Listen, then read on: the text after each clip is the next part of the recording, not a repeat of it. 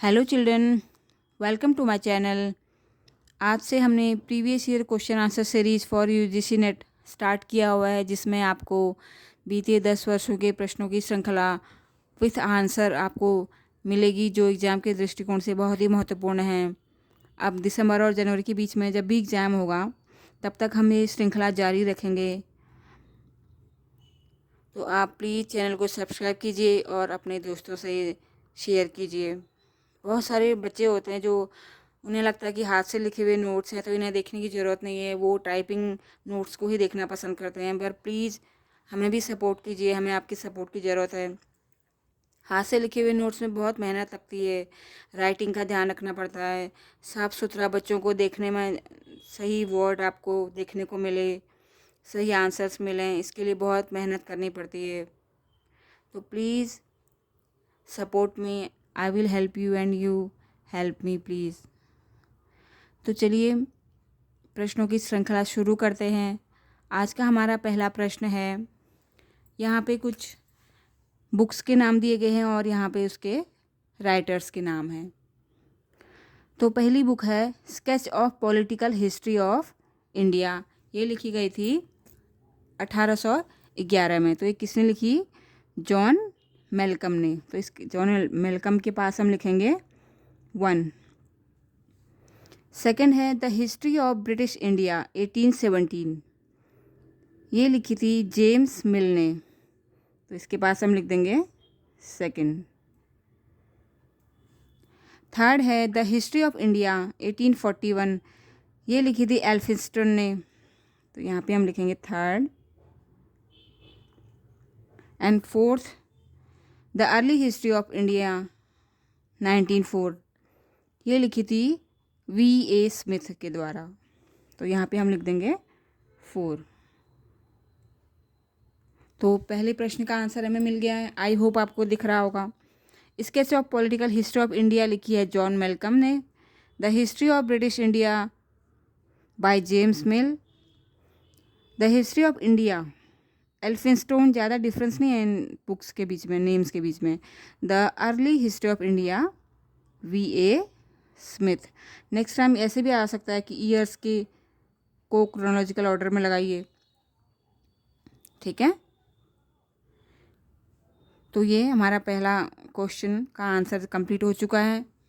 Next question है, ये भी कुछ मैच द फॉलोइंग टाइप है। यहाँ पे सिंधु घाटी के से मिले हुए कुछ चीज़ें मिली हैं यहाँ पे, और ये किस क्षेत्र से मिले हैं, किस स्थल से मिले हैं, उनको हमें बताना है। तो पहला है घोड़े की मृण मूर्तियाँ, दूसरा है यज्ञ वेदी, जल प्रबंधन प्रणाली और मन के निर्माण केंद्र। तो जो हमें आता है पहले वो कर लेते हैं। जैसे यज्ञ वेदी है, यज्ञ यानी कि ये पूजा से रिलेटेड है, तो यज्ञ यानी कि काली काली माँ, ठीक है। तो हम यहाँ पे ऐसे लिख सकते हो आप, ये कालीबंगा में 2nd नंबर पे आ जाएगा, यज्ञ वेदी का कालीबंगा। आई होप आपको दिख रहा होगा। नेक्स्ट है जल प्रबंधन प्रणाली, ये मिला है धोलावीरा से। तो यहाँ पे हम 3 लिख देंगे। अगला है मन के निर्माण केंद्र, ये लोथल और चन्हू दोनों से मिले हैं, तो यहाँ पे लोथल लिखा हुआ है, तो आंसर विल बी लोथल। तो यहाँ पे हम 4 लिख देते हैं। तो अब क्या बच गया? घोड़े की मृण मूर्तियाँ मोहनजोदड़ो, तो यहाँ पे लिख देंगे तो 1, ठीक है। ये सब प्रीवियस ईयर के क्वेश्चंस हैं। नेक्स्ट है William Jones, James Prinsep, Cunningham और सर जॉन मार्शल। ये भी सिंधु सभ्यता से रिलेटेड क्वेश्चन है, ठीक है। तो William Jones Asiatic Society of Bengal से रिलेटेड हैं। जेम्स प्रिंसेप जिन्होंने सिंधु लिपि को पढ़ा था, ठीक है, सबसे पहले इन्होंने ही पढ़ा था, उनका नाम था जेम्स प्रिंसेप। तीसरा है कनिंघम, कनिंघम में रिलेटेड है भारतीय सिक्के। और सर जॉन मार्शल जिन्होंने दयाराम साहनी को ही खुदाई के लिए बुलाया था, सिंधु घाटी सभ्यता से रिलेटेड है, ठीक है। तो answer will be William Jones, यहाँ पे लिख देंगे 1, जेम्स प्रिंसेप 2, ठीक है, कनिंघम भारतीय सिक्के 3,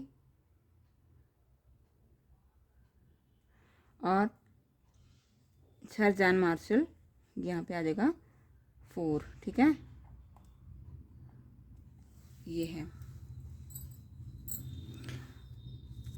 अगला देख लेते हैं, विक्रमशिला, वल्लभी, बेसनगर और नागार्जुनकोंडा ये किस क्षेत्र में है, किधर पड़ते हैं, ठीक है। विक्रमशिला कहाँ है, बिहार में, ये तो हमने पढ़ा हुआ है, तो यहाँ पे आ जाएगा 4। वल्लभी गुजरात, ये भी एकदम सही है, यहाँ पे आ जाएगा 2। बेसनगर जिसे विदिशा कहा जाता है, ये है मध्य प्रदेश में, तो यहाँ पे आ जाएगा 3। और अंतिम है नागार्जुनकोंडा, जैसे नाम से आपको पता चल रहा होगा, नागार्जुनकोंडा आंध्र प्रदेश। और ये लास्ट है, सॉरी यहाँ पे बिहार पे 1 आएगा, विक्रमशिला फर्स्ट में है तो यहाँ पे आएगा 1, ठीक है, लिखने में मिस्टेक हो गया, तो यहाँ पे आएगा नागार्जुनकोंडा 4th पे, विक्रमशिला बिहार में, मैंने बोला सही, थोड़ा लिखने में मिस्टेक हो गई, ठीक है। विक्रमशिला बिहार 1 लिखा हुआ है, वल्लभी गुजरात 2nd लिखा हुआ है, बेसनगर जिसे अब विदिशा के नाम से जाना जाता है, ये कहाँ पर है, मध्य प्रदेश में 3, और नागार्जुनकोंडा आंध्र प्रदेश, ठीक है। अब ठीक हो गया एकदम, यहाँ पे 1 है, आप प्लीज़ ध्यान रखिएगा। नेक्स्ट है कुमारगुप्त प्रथम, कुमारगुप्त द्वितीय, बुद्धगुप्त और परांतक प्रथम, ये प्रथम है यहाँ पे, ठीक है। तो पहला है कुमारगुप्त प्रथम, इसने बहुत सारे लिखे थे, तो इसका है यहाँ पे बिलसड़ शिलालेख, ठीक है, तो यहाँ पे आ जाएगा 1। नेक्स्ट है कुमारगुप्त द्वितीय, इसका है सारनाथ बुद्ध शिलालेख, तो यहाँ पे 2nd आ जाएगा, ठीक है। तीसरा है बुद्धगुप्त, इसका है ऐरण शिलालेख 3। और परांतक प्रथम, इसने लिखा था उत्तर मेरूर शिलालेख, तो यहाँ पे आ जाएगा 4। तो आंसर विल बी फर्स्ट का 2nd, 2nd का 3rd, और 3rd का यहाँ पे 4th, और परांतक प्रथम ने लिखा था उत्तर मेरूर शिलालेख, ठीक है। तो ये हमारे 5 क्वेश्चंस हो गए हैं मैच द फॉलोइंग के। आगे बढ़ते हैं।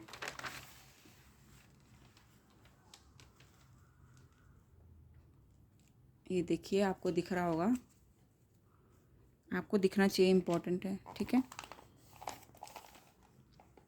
तो अब है यहाँ पे दे रखे हैं, देखो, शुंग वंश के शासकों को क्रोनोलॉजिकल ऑर्डर में लगाना है कि पहले कौन शासक बना, उसके बाद कौन बना, उसके बाद कौन, उसके बाद कौन। यहाँ पे नाम दिए हैं मैंने, अग्निमित्र, पुष्यमित्र, सुमित्र यानी कि वसुमित्र या सुमित्र की बात है, और सुज्येष्ठ, ठीक है।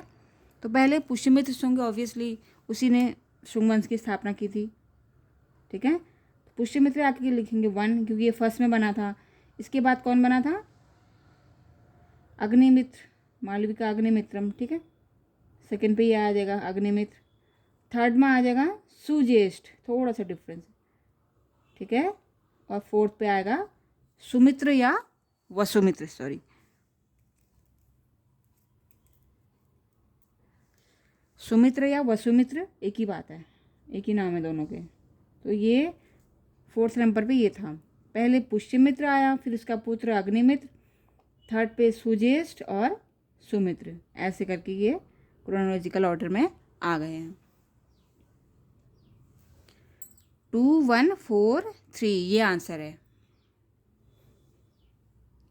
नेक्स्ट है, ये पल्लव वंश के शासकों के नाम है, आप देख पा रहे होंगे, सिंह विष्णु, परमेश्वर वर्मन द्वितीय, नरसिंह वर्मन और महेंद्र वर्मन। ये मैंने पहले पढ़ाया हुआ है काफ़ी पहले।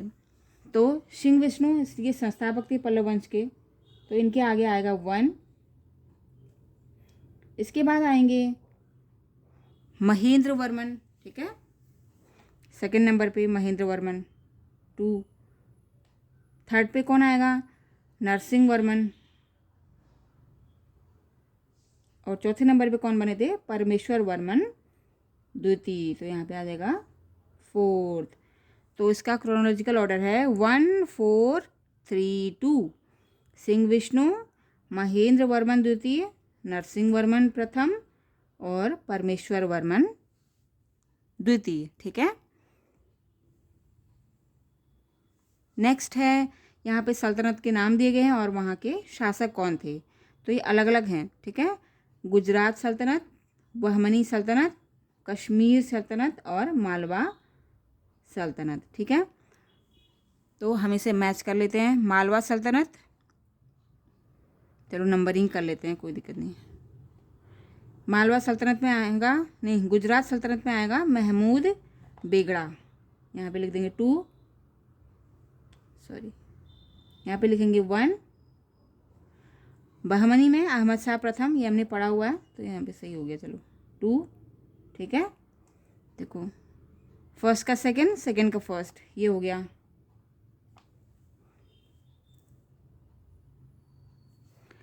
कश्मीर सल्तनत सुल्तान सिकंदर, तो यहाँ पे आ जाएगा 3। और चौथा है मालवा सल्तनत महमूद खिलजी फर्स्ट, तो ये 2143। ठीक है, 2143। दिख तो रहा है, बस आपको दिख जाएगा। ठीक है, तो एकदम सही आंसर है, आप इनको बेझिझक होकर याद कर लीजिए। नेक्स्ट है, सही क्रम क्या है।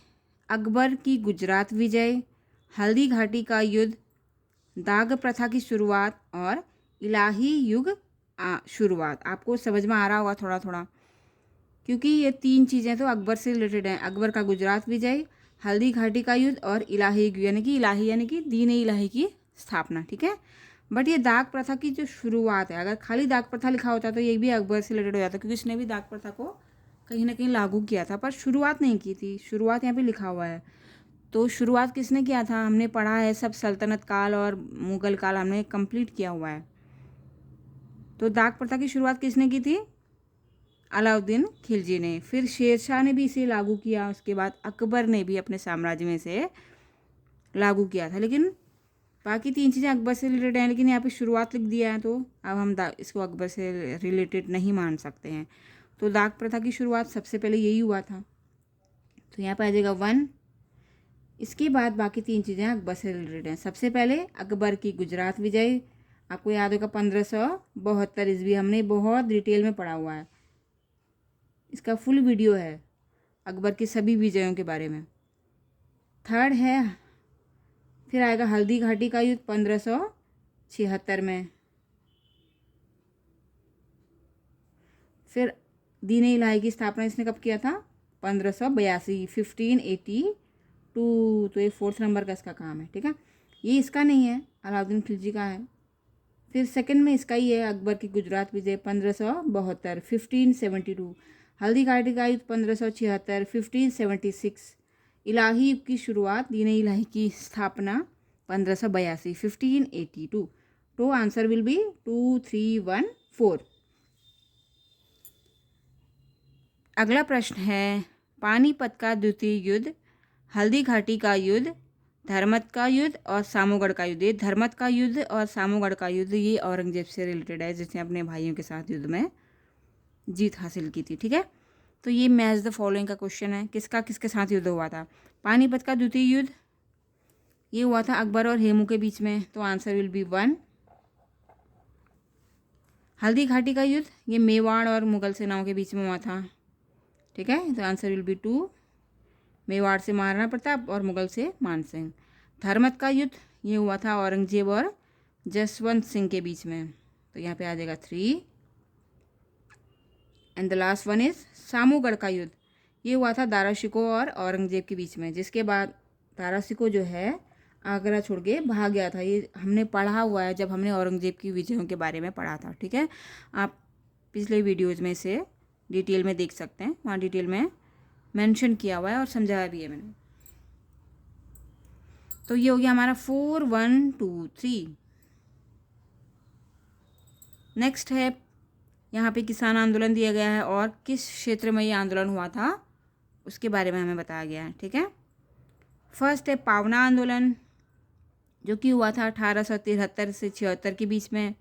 मोपला विद्रोह 1921 में, बारदोली आंदोलन 1928 में और दक्खन दंगे 1875 ईस्वी में। तो इसे मैच कर लेते हैं। पावना आंदोलन पूर्वी बंगाल, यहाँ पे हम लिख देंगे 1। मोपला विद्रोह मालाबार यानी कि केरल, यहाँ पे आ जाएगा 2। 3 है बारदोली आंदोलन, बारदोली यानी कि गुजरात में पड़ता है, गुजरात के सूरत में, 3 हो जाएगा। And the 4th and last one is Deccan दंगे जो कि महाराष्ट्र में, तो 4th का 4th, ठीक है। ये हुए थे 1875 ईस्वी में। तो आंसर विल बी 2, 3, 1, 4। पावना आंदोलन पूर्वी बंगाल, मोपला विद्रोह मालाबार, बारदोली आंदोलन 3 गुजरात के सूरत में, और दक्खन दंगे महाराष्ट्र में।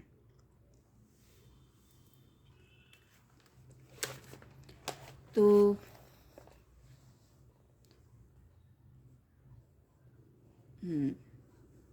चलिए आगे 12वां प्रश्न देख लेते हैं। अब यहाँ पे मैच द फॉलोइंग नहीं है, यहाँ पे 1 वर्ड आंसर क्वेश्चन है, ठीक है। फर्स्ट क्वेश्चन इज यानी कि 12 नंबर का क्वेश्चन है, भारतीय इतिहास में प्राच्य निरंकुशवाद के सिद्धांत को किसने प्रतिपादित किया था? यह आया था, प्रीवियस ईयर क्वेश्चन है ये। तो इसका आंसर है H.G. Rawlinson. Answer will be H.G. Rawlinson. Next है रायसिंह 5 हजारी किस राजवंश से संबंधित थे? रायसिंह 5 हजारी किस राजवंश से संबंधित थे? तो ये थे बीकानेर के राठौड़ राजवंश से संबंधित थे, रायसिंह 5 हजारी, ठीक है। अगला है कोटेशन है, शहर दूर से आकर्षक लगते हैं परंतु अंदर प्रवेश करते ही सारी भव्यता संकीर्ण गलियों एवं भीड़ की हड़बड़ी में खो जाती है। कि किसने कहा है? इसका आंसर है फादर मांसरेट, ठीक है। अगला प्रश्न है, किसने कहा था? ये भी कोटेशन है, 20,000 लोगों ने ताजमहल के निर्माण के लिए अनवरत कार्य किया। तो ये कहा था ट्रेवेनियर ने, ठीक है। अगला प्रश्न है 16वां प्रश्न, किसे महाराष्ट्र का सुकरात कहा जाता है? तो महाराष्ट्र का सुकरात कहा जाता है M.G. रानाडे को। ये बहुत ही इंपॉर्टेंट क्वेश्चन है, इसे आप ध्यान रखिएगा। अगला प्रश्न है, स्त्री पुरुष तुलना यानी कि a comparison between women and man, ये पुस्तक का नाम है, किसने लिखी थी? ताराबाई शिंदे ने। तो इसका आंसर है ताराबाई शिंदे। अगला प्रश्न है, किसने महिला शिक्षा में सुधार के लिए महिला आर्य समाज की स्थापना की थी? तो इसका उत्तर है पंडिता रमाबाई ने। और कब की थी? 1882 ईस्वी में, 1882 में। Our next question is, रानी गार्डिनुलू जिसने ब्रिटिश शासन के विरुद्ध लड़ाई लड़ी थी, वो कहाँ से लड़ी थी? तो इसका आंसर है नागालैंड से, ठीक है। और इसका जन्म कहाँ हुआ था? मणिपुर में। इन्होंने नागा लोगों को इकट्ठा किया और नागालैंड में ये लड़ाई इन्होंने लड़ी थी ब्रिटिशर्स के खिलाफ, ठीक है। इनका नाम था रानी गार्डिनुलू। लास्ट क्वेश्चन है, हिंद स्वराज नामक पुस्तक कब और किसने लिखी थी? ये बहुत इंपॉर्टेंट क्वेश्चन है। हिंद स्वराज के लेखक कौन है? महात्मा गांधी हैं, और इन्होंने ये पुस्तक लिखी थी 1909 ईस्वी में। तो ये प्रश्नों की श्रृंखला 20 प्रश्नों की यहीं पे समाप्त होती है। नेक्स्ट वीडियो में फिर से हम कुछ प्रश्नों को हल करेंगे, उन्हें समझने की कोशिश करेंगे। ये सारे क्वेश्चन एग्जाम के दृष्टिकोण से बहुत ही महत्वपूर्ण हैं। हमें अभी काफ़ी सारे प्रीवियस ईयर क्वेश्चन सॉल्व करने हैं, तो प्लीज़ चैनल पे बने रहिए, चैनल को सब्सक्राइब कीजिए और अपने दोस्तों के साथ शेयर कीजिए। Thank you.